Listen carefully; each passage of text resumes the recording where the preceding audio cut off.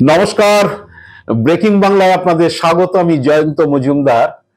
আজকের শুরুতেই ভিডিওর একটা আপনাদের ময়নার বিধায়ক তথা মন্ত্রী যে এমওএস টেক্সটাইল এবং হচ্ছে এমএসএমইর সেই অশোক দিনদার একটা ভিডিও আপনাদের দেখাবো, যে ভিডিওটি তৃণমূলের বিধায়ক তথা মুখপাত্র কুণাল ঘোষ রবিবার দিন পোস্ট করেছেন। সেই ভিডিওটা দেখানোর পরে হচ্ছে আমি আজকের প্রতিবেদন আসছি। দেখুন আজকে সেই ভিডিওটা। বিষয়, যারা যারা এখানে সমর্থন করেছে তারা টিএমসি নেই, তারা কালীঘাট টিএমসি নেই, ঠিক আছে? তো তারা যখন বেরোবে তাদেরকে কোনো কুকথা কোনো মেম্বার কোনো আমাদের কার্যকর্তারা না বলে। আমি ক্লিয়ার বার্তা দিচ্ছি, আপনারা প্রত্যেককে সম্মান জানাবেন। তাদের এলে আমাদের যেরকম মালা পরবে তারাও মালা পরে বেরোবে। কোন রকম ভাবে কোনো যেন কুকথা কেউ যেন না বলে। আমি যদি জানতে পারি তাহলে কিন্তু খুব খারাপ হবে, ঠিক আছে? আপনারা দেখলেন যে অশোক দিন্দা বলছেন তাদের অনুগামী বা সমর্থকদের, যে যারা ভিতরে ঢুকেছে, মানে যারা বি টিম হয়ে গেছে, কালীঘাট তৃণমূলের হাত ছেড়ে দিয়ে যারা রীতব্রত তৃণমূলের দিকে গেছে এবং কোন একটি পঞ্চায়েত ওই দখল নিয়ে তারা ভিতরে ভোট দিয়ে বিজেপির বোর্ড তৈরি করবে বা বিজেপির পঞ্চায়েত তৈরি করবে, তাদের যেন কোনো কটু কথা বলা না হয় এবং আমাদের লোকদের মালা পরালে তারাও যাতে মালা টালা পরে। তো এইসবের হচ্ছে একটা একটা ফতোয়া তিনি দিয়েছেন যে সমর্থকদের কাছে, যে ওই যে বি টিমের তৃণমূল যারা ঋতব্রত বন্দ্যোপাধ্যায় যে টিমে যারা ঢুকে গেছে কালীঘাট তৃণমূলের হাত ছেড়ে, মানে এরা আর এখন কালীঘাট তৃণমূলে নেই, তাদের হাত ছেড়ে যারা চলে গেছে দিয়ে তারা আমাদের সমর্থন করছে, তাদেরকে যাতে কোনো কটু কথা বলা না হয় এবং তাদের যাতে সংবর্ধনা দেওয়া হয়।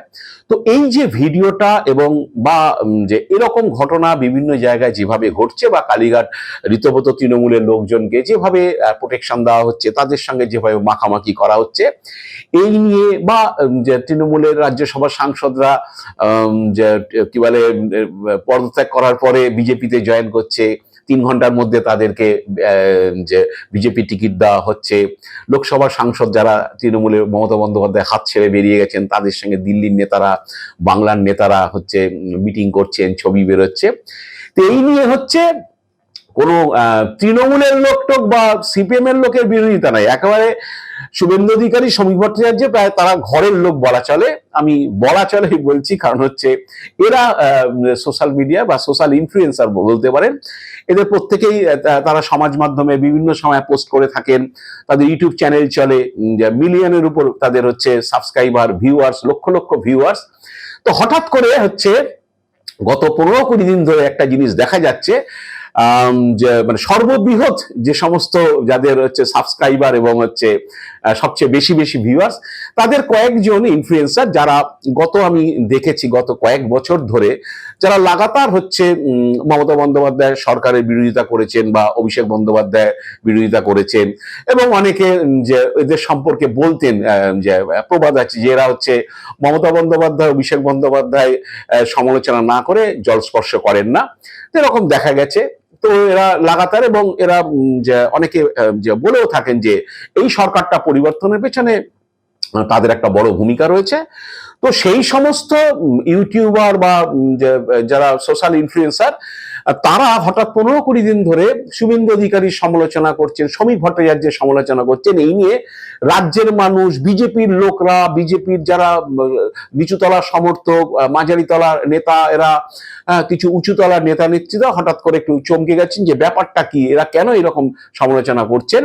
তো আমি প্রথমে আসি যে এক ইউটিউবার তিনি প্রথমে ফেসবুক তারপরে তার ভিডিওতে বলা শুরু করেন যে শ্রমিক ভট্টাচার্য বলেছিলেন যে বিজেপির তৃণমূলীকরণ হবে না, অথচ দেখা গেল যে 3 জন রাজ্যসভার সাংসদ তৃণমূল ছাড়লেন, তাদেরকে বিজেপিতে জয়েন করা হলো, তারা আবার 3 ঘন্টার মধ্যে বিজেপি টিকিট পেয়ে বিজেপি সাংসদ হয়ে গেলেন। এগুলো কি হচ্ছে, মানুষের কাছে কি বার্তা যাচ্ছে, তারা এইসব ধরনের প্রশ্ন তুলছেন।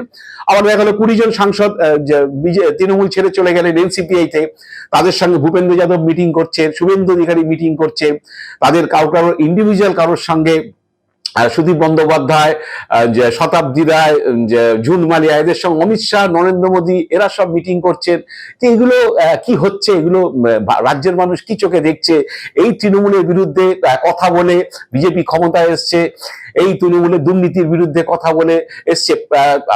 এটাও শুধু না, তারা এমনও বলছেন যে এই সাংসদরা অনেকে মানে সাংঘাতিক ভাবে বিজেপির বিরুদ্ধে কথাবার্তা বলেছেন, শুভেন্দু অধিকারীকে আক্রমণ করেছেন, শুভেন্দু অধিকারীকে ব্যক্তিগতভাবে আক্রমণ করেছেন, বিজেপিকে আক্রমণ করেছেন, নরেন্দ্র মোদী অমিত শাহদের আক্রমণ করেছেন, তাদের সঙ্গে মিটিং করছেন, তাদের সঙ্গে ব্রেকফাস্ট হচ্ছে, নৈশভোজ হচ্ছে, লাঞ্চ হচ্ছে। আমরা বুঝতে পারছি না এগুলো কেন।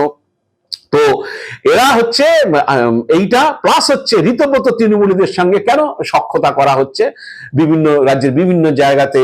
তারা ভালো, এদেরকে কিছু করা যাবে না, এদেরকে ছোঁয়া যাবে না, এদের বিরুদ্ধে কোনো ক্ষোভ প্রকাশ করা যাবে না। এরা বলছে যে অনেকের বিরুদ্ধেই হচ্ছে অভিযোগ রয়েছে, যে যাদের বিরুদ্ধে মানুষ ক্ষুব্ধ, অর্থাৎ হাত পা বেঁধে রাখা হয়েছে। কেন এগুলো করছে বিজেপি নেতৃত্ব? কেন শুভেন্দু অধিকারী এটা করছেন? কেন শ্রমিক ভট্টাচার্য করছেন? এই ধরনের কথাবার্তা তারা বলছেন। এক ইউটিউবার, তিনি বাংলার খুব বিখ্যাত ইউটিউবার, তিনি একটা ভিডিও করলেন। সে ভিডিও যে একেবারে ভাইরাল হয়ে গেল। পরিষ্কার বলছেন যে এগুলো শুভেন্দু অধিকারী সরকারের ভালো কাজ, 3 মাস হয়েছে, বলছেন যে 3 মাসে সরকারের বিরাট সমালোচনা করার কিছু নেই, কিন্তু তার মধ্যেই হচ্ছে ভালো কাজের কথা কিছু দিয়ে ভিডিও করলে ভিউজ হচ্ছে না, মানুষ দেখতে চাইছে না, মানুষ ক্ষুব্ধ হয়ে যাচ্ছে সরকারের প্রতি। তিনি বলছেন যে অন্নপূর্ণা ভান্ডার নিয়ে গ্রামের মহিলারা ক্ষুব্ধ, যে সরকার আসার আগে বিজেপি বলা দরকার ছিল যে অন্নপূর্ণা ভান্ডার দেবো, সবাইকে দেবো, সবাইকে দেবো, যারাই লক্ষ্মীর ভান্ডার পেতেন তারা সবাই পাবে, 1 জুন থেকে টাকা ঢুকে যাবে। এগুলো বলার কি দরকার ছিল?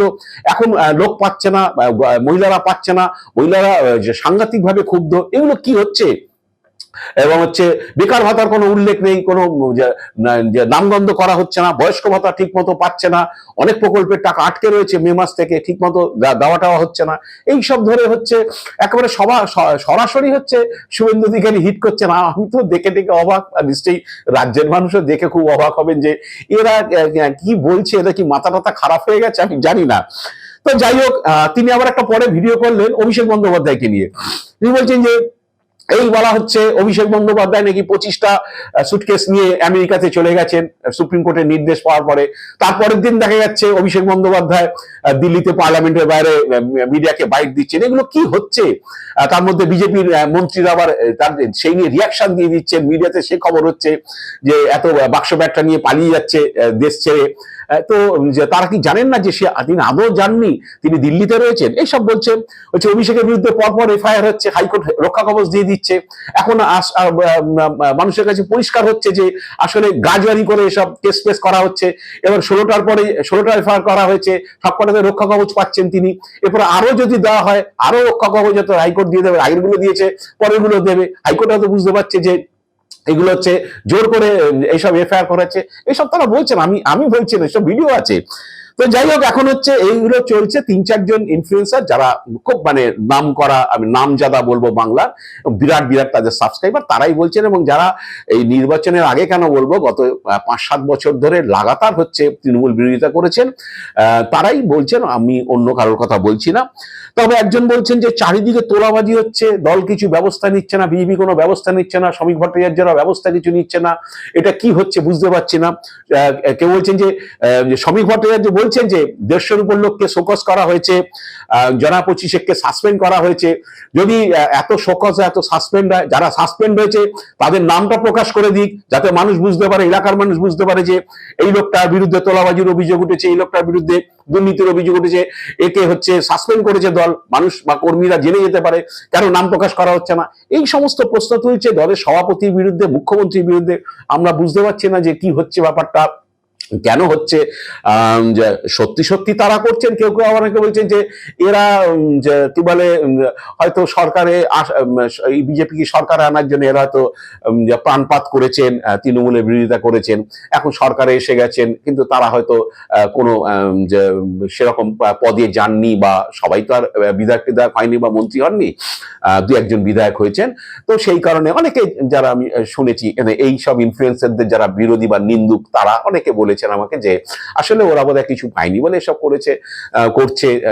এখন জানি না সত্যি মিথ্যা, আমার মনে হয় না। তারাও বলছেন যে তারা কোনো পদের জন্য এগুলো করেন না, তারা তাদের পেশাগতভাবেই, তারা যেমন সোশ্যাল ইনফ্লুয়েন্সার, তারা যেমন ফেসবুকে তাদের মন্তব্য পোস্ট করেন বিভিন্ন বিষয়ে, বা ইউটিউবে তারা ভিডিও করেন, তারা তাই করছেন। তারা কোনো আশা বা আকাঙ্ক্ষা তাদের নেই যে কোনো সরকারি পদ বা কিছুর ব্যাপারে। তো এখন জানি না এগুলো বিজেপির পক্ষে ভালো হচ্ছে কিনা, যে ঘরের লোকরাই এখন সমস্ত, এরা সবাই ঘরের লোক, সবাই যে সবার সঙ্গে, অনেকের সঙ্গে শুভেন্দু অধিকারীদের ছবি আছে, শুভেন্দু অধিকারী তাকে তাদের ব্যক্তিগতভাবে চেনেন, সমীপ ভট্টাচার্য অনেকে চেনেন। তো এরপরে দেখা গেল যে বিজেপির এই অস্বস্তি চলছে এখন। আমি জানি না, এরপরে আবার রবিবার আরেক অস্বস্তি বেড়ে গেল, আশীষ বন্দ্যোপাধ্যায়ের মৃত্যু। আশীষ বন্দ্যোপাধ্যায় আপনারা জানেন রামপুরহাটের প্রাক্তন বিধায়ক, 5 বার বিধায়ক ছিলেন, মন্ত্রী ছিলেন, রাজ্যের ডেপুটি স্পিকার ছিলেন। রবিবার সকালে তার মৃতদেহ বাড়ির পাশে পার্টি অফিস থেকে ঝুলন্ত মৃতদেহ উদ্ধার হয়। প্রাথমিকভাবে মনে হচ্ছে তিনি হয়তো গলায় ফাঁস দিয়ে আত্মহত্যা করেছেন। একটি নোটও তিনি লিখে গিয়েছেন, সুইসাইড নোট যেটা পাওয়া গেছে, সেটা পরীক্ষা করা হচ্ছে, ফরেন্সিক টেস্ট করা হচ্ছে। তাতে তিনি লিখেছেন যে তিনি কোনো দুর্নীতি করেননি, বারেবারেই বলেছেন তিনি কোনো দুর্নীতিতে যুক্ত ছিলেন না। তিনি তারাপুর রামপুরহাট ডেভেলপমেন্ট অথরিটিতে তার কোনো বিশেষ ক্ষমতা ছিল না, এইসব তিনি লিখেছেন। তো এই ঘটনাতে আপনারা জানেন আশীষ বন্দ্যোপাধ্যায় নির্বাচনের পরে ঋতব্রত শিবিরের সঙ্গে তার ঘনিষ্ঠতা বেড়েছিল। তিনি মমতা বন্দ্যোপাধ্যায়ের হাত ছেড়ে দিয়েছিলেন, ঋতব্রতদের শিবিরে তিনি যোগদান করেছিলেন। যদিও তিনি বিধায়ক নন, কিন্তু পার্টি নেতা হিসাবে ঋতব্রত তৃণমূলের সঙ্গে তিনি ছিলেন। তো শুভেন্দু অধিকারী আশীষ বন্দ্যোপাধ্যায়ের এই মর্মান্তিক এই মৃত্যুর পরে তিনি গভীর শোক প্রকাশ করেছেন। তিনি বলেছেন যে আশীষ বন্দ্যোপাধ্যায় ভদ্র সজ্জন রাজনীতিবিদ, তিনি যে আসলে তাকে কোনো ব্ল্যাকমেল করা হয়েছে কিনা সেটা তিনি খতিয়ে দেখবেন, তদন্ত করে দেখবেন। তিনি যে কালীঘাট তৃণমূলের হাত ছেড়েছিলেন, তাকে কেউ ফোন করে প্রেশার করছিলেন কিনা সেটা তিনি দেখবেন। তিনি বলেছেন বিজেপির লোকের যে কোনো ইয়েতে আচরণ তিনি আত্মহত্যা করেননি, পরিষ্কার বলেছেন। তো একটা ভিডিও ভাইরাল হয়ে গেছে রবিবারেই। তো সেই ভিডিওটাতে হচ্ছে তৃণমূলের মুখপাত্র কুণাল ঘোষ বা অন্যরা বিজেপিকে কাঠগড়ায় তুলেছে। আমি ভিডিওটা আপনাদের দেখিয়ে দিই, শুনুন আশীষ বন্দ্যোপাধ্যায়কে বিজেপির এক মন্ডল সভাপতি 21শে জুলাই কি বলেছিলেন, আপনারা দেখুন সেই ভিডিওটা।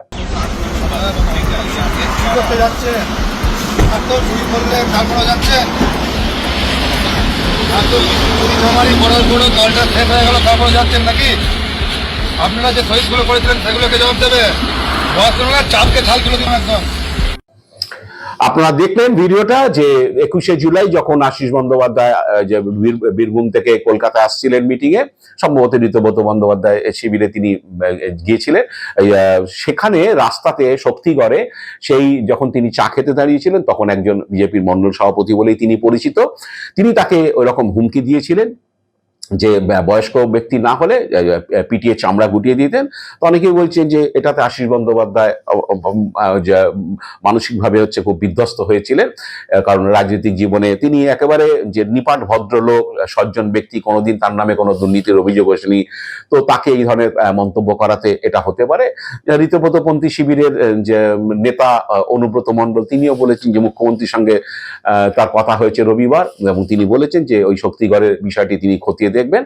জানি না হচ্ছে শুভেন্দু অধিকারী বলেছেন যে আশীষ বন্দ্যোপাধ্যায় কোনো ব্ল্যাকমেলিং এর শিকার হতে পারেন, মানে তিনি তৃণমূলপন্থী, কালীঘাটপন্থী তৃণমূলের হাত ছেড়েছিলেন বলে তাকে চাপ দেওয়া হতে পারে, এটা তিনি বলেছেন। তদন্ত করে দেখবেন তার ফোনে কাদের কল ঢুকেছিল, এইসব দেখবেন, তিনি দেখুন। কিন্তু এই যে শক্তিগড়ের এই ভিডিও কিন্তু ভাইরাল হয়ে গিয়েছে। বিজেপি কিন্তু সেখান থেকে নিজের মুখ কিন্তু মুছে দিতে পারবে না। যে আমি জানি না শুভেন্দু অধিকারী শক্তিগড়ের বিষয় নিয়ে কোনো কিছু পদক্ষেপ করবেন কিনা, বা সমীপ ভট্টাচার্য যে কোনো পদক্ষেপ করবেন কিনা, আশীষ ভট্টাচার্য যেরকম হুমকি দেওয়া হয়েছিল কিনা। তো এখন জানি না এরপরে আবার এই সোশ্যাল ইনফ্লুয়েন্সাররা এই আশীষ বন্দ্যোপাধ্যায়ের মৃত্যু নিয়ে আবার শুভেন্দু অধিকারী সমীপ ভট্টাচার্যকে কাঠগড়ায় তুলবেন কিনা, সেটা ভবিষ্যৎ বলবে। আমরা তাকিয়ে আছি যে তারা এরপরে কি বলবেন, কি মন্তব্য করবেন আশীষ বন্দ্যোপাধ্যায়ের এই মর্মান্তিক বা এই দুঃখজনক এই মৃত্যুর ঘটনা নিয়ে। যে আজ এ পর্যন্তই। আপনারা ভালো থাকবেন, সুস্থ থাকবেন, নমস্কার।